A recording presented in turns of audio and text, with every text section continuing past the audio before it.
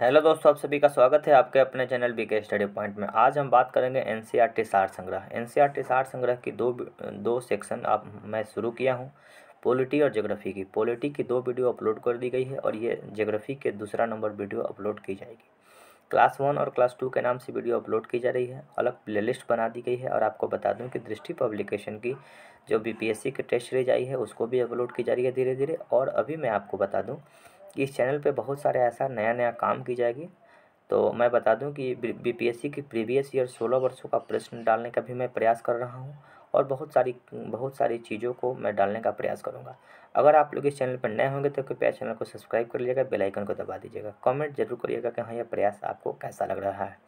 यह सार संग्रह की पुस्तक है। ये पुस्तक त्रुटि रहित है, मतलब कि बहुत रेयर केस में एक गलती हो सकती है, लेकिन बहुत अच्छे तरीक़ा से इस पुस्तक को लिखा गया है। जितने भी तथ्य हैं सभी तथ्य परीक्षा उपयोगी तथ्य हैं।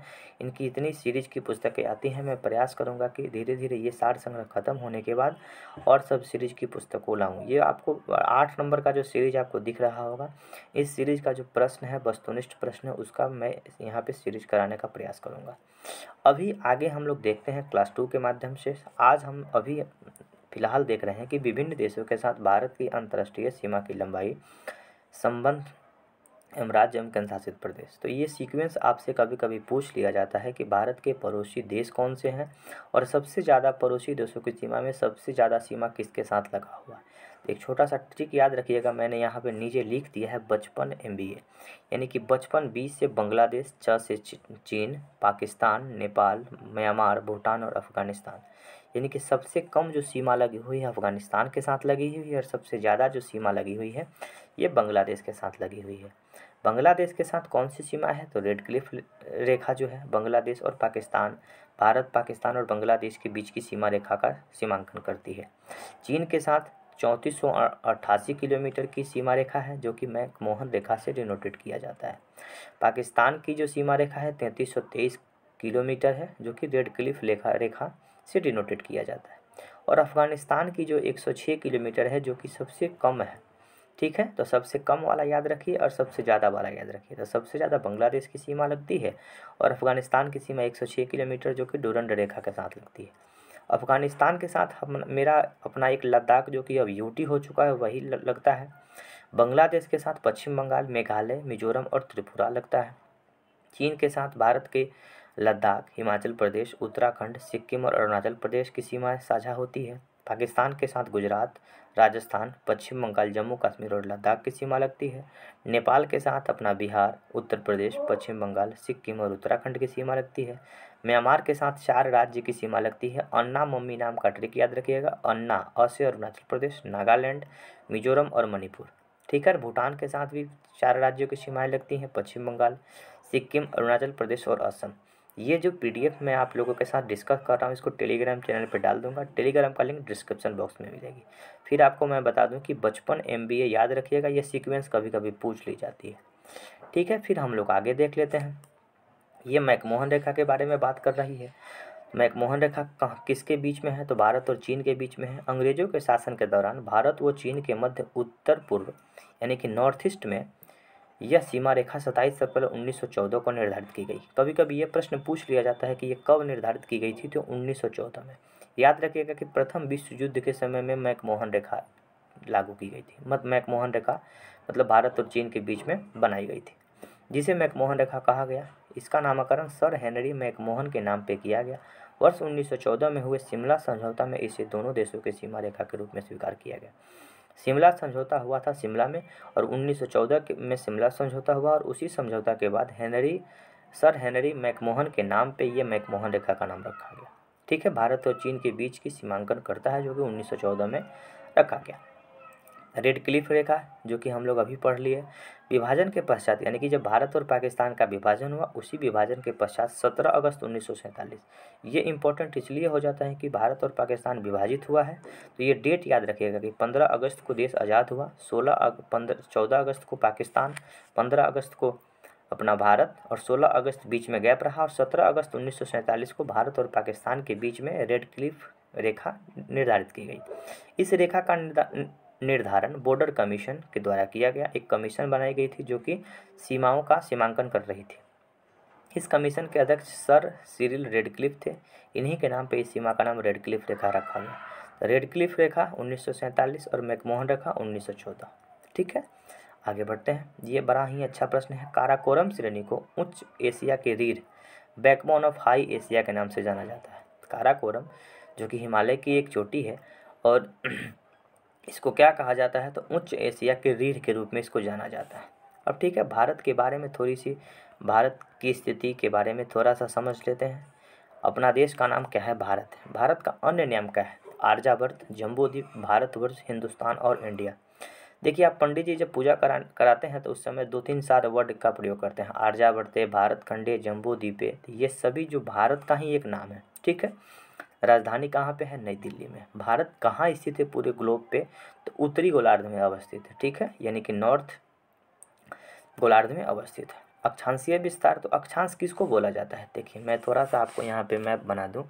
ये अपना पूरा विश्व है, ये अक्षांश हुआ।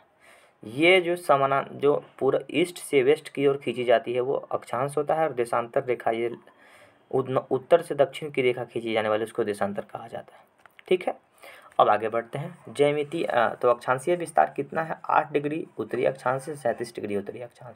8 डिग्री आपको उत्तरी अक्षांश जो कि तमिलनाडु के पास पड़ता है, और 37 डिग्री जो कि ये जम्मू कश्मीर में पड़ता है। देशांतरीय विस्तार, ये हम पहला जो वीडियो आप लोगों ने नहीं देखा होगा तो कृपया ज़रूर देखिएगा, उस वीडियो में इसका पूरे मैप के साथ इसको बताया गया है। देशांतरीय विस्तार 68 डिग्री 7 मिनट पूर्वी देशांतर और 97 डिग्री 25 मिनट पूर्वी देशांतर में है। ज्यामितीय आकार कैसा है, तो चतुष्कोणीय है भारत की आकृति। मानक समय तो 82 डिग्री यानी कि 82 डिग्री पूर्वी देशांतर, इलाहाबाद के समीप, मिर्ज़ापुर का समय ग्रीनविच मीन टाइम यानी ग्रीनविच मध्य समय से 5 घंटा 30 मिनट आगे है। यानी कि भारतीय समय ग्रीनविच मीन टाइम जो कि जीएमटी जिसको बोला जाता है उससे 5.5 घंटा आगे है।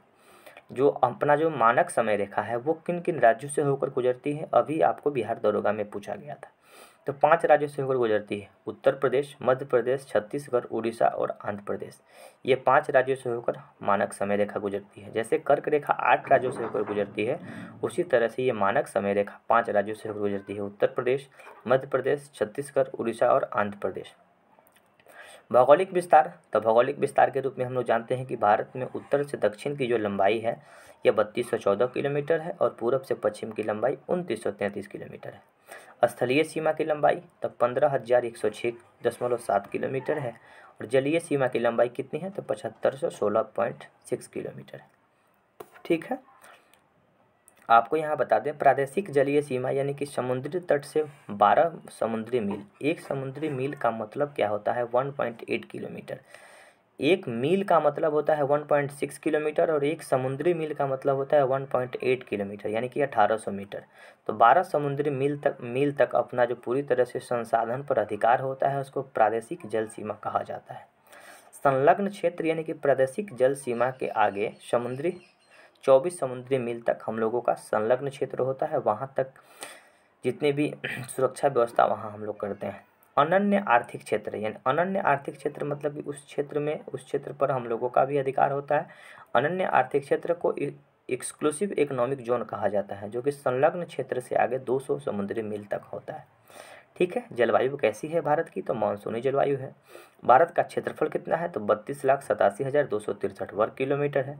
विश्व के कुल क्षेत्रफल का कितना प्रतिशत भाग भारत में है, तो भारत का जो क्षेत्रफल 32,87,263 वर्ग किलोमीटर है, ये पूरे विश्व के क्षेत्रफल का 2.4% है। ठीक है, क्षेत्रफल की दृष्टि से विश्व में भारत का 7वां स्थान है। जनसंख्या तो 1,21,00,000 यानी कि 125 करोड़ जनसंख्या अभी है। जब अभी 2022 में जब जनगणना होगी तो लगभग 130 करोड़ के आसपास में जनसंख्या हो चुकी होगी। ये पूरा जनसंख्या जो है विश्व की जनसंख्या का 17.5% है, और ज़मीन कितना है 2.4%, और उस ज़मीन पे 17.5% जनसंख्या पूरे विश्व की निवास करती है। जनसंख्या की दृष्टि से विश्व में स्थान, तो जनसंख्या की दृष्टि से दूसरा स्थान है। प्रथम स्थान किसका है, तो चीन का है। पुरुष की जनसंख्या ये आपको 62-32 में याद रखिएगा, और 58-75 में याद रखिएगा, पूरा डिजिट नहीं याद हो सकता है।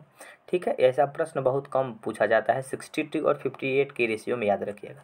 ग्रामीण जनसंख्या, इसको याद रखना होगा क्योंकि ग्रामीण जनसंख्या 68.8% है और शहरी जनसंख्या 31.16% है, यानी कि भारत में अभी ग्रामीण जनसंख्या ज़्यादा है।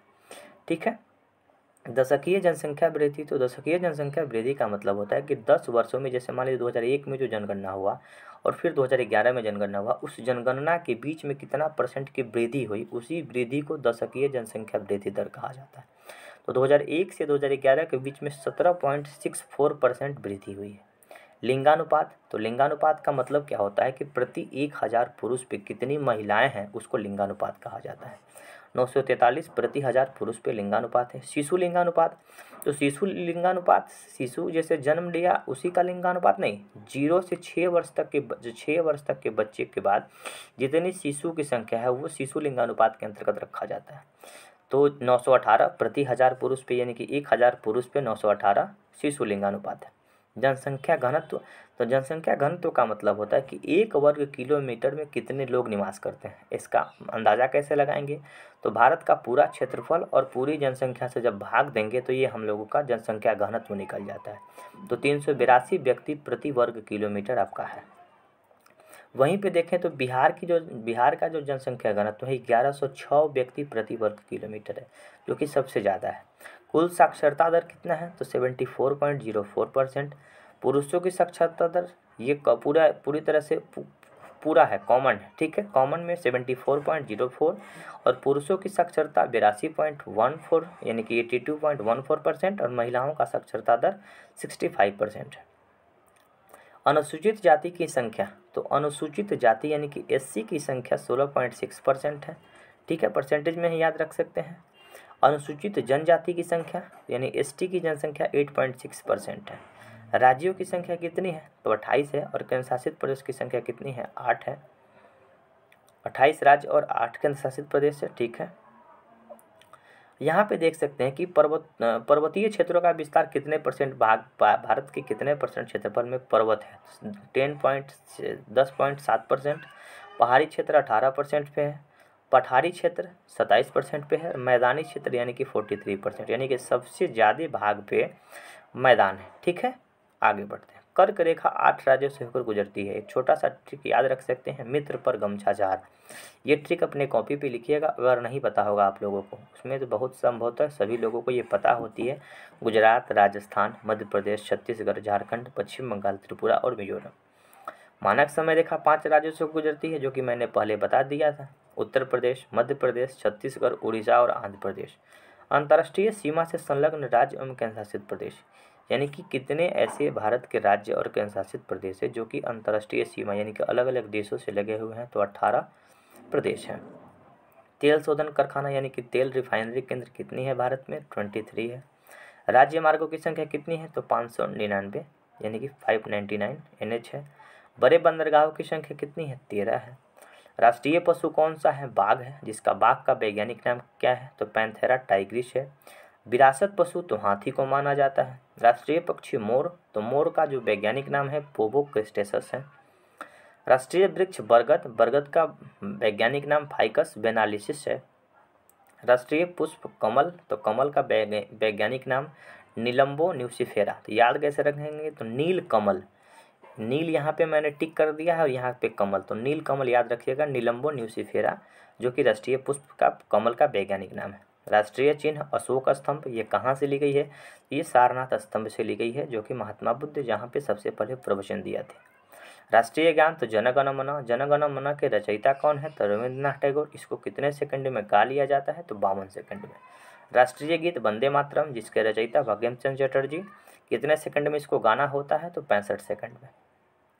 राजकीय भाषा, राष्ट्रीय भाषा भारत की कोई नहीं है, ये राजकीय भाषा हिंदी है। राष्ट्रीय लिपि देवनागरी है। राष्ट्रीय वाक्य सत्यमेव जयते है, जो कि कहाँ से ली गई है, मुंडकोपनिषद से ली गई है। राष्ट्रीय ध्वज तिरंगा है। नदी हम लोगों की गंगा है और राष्ट्रीय जलीय जीव आपको डॉल्फिन है।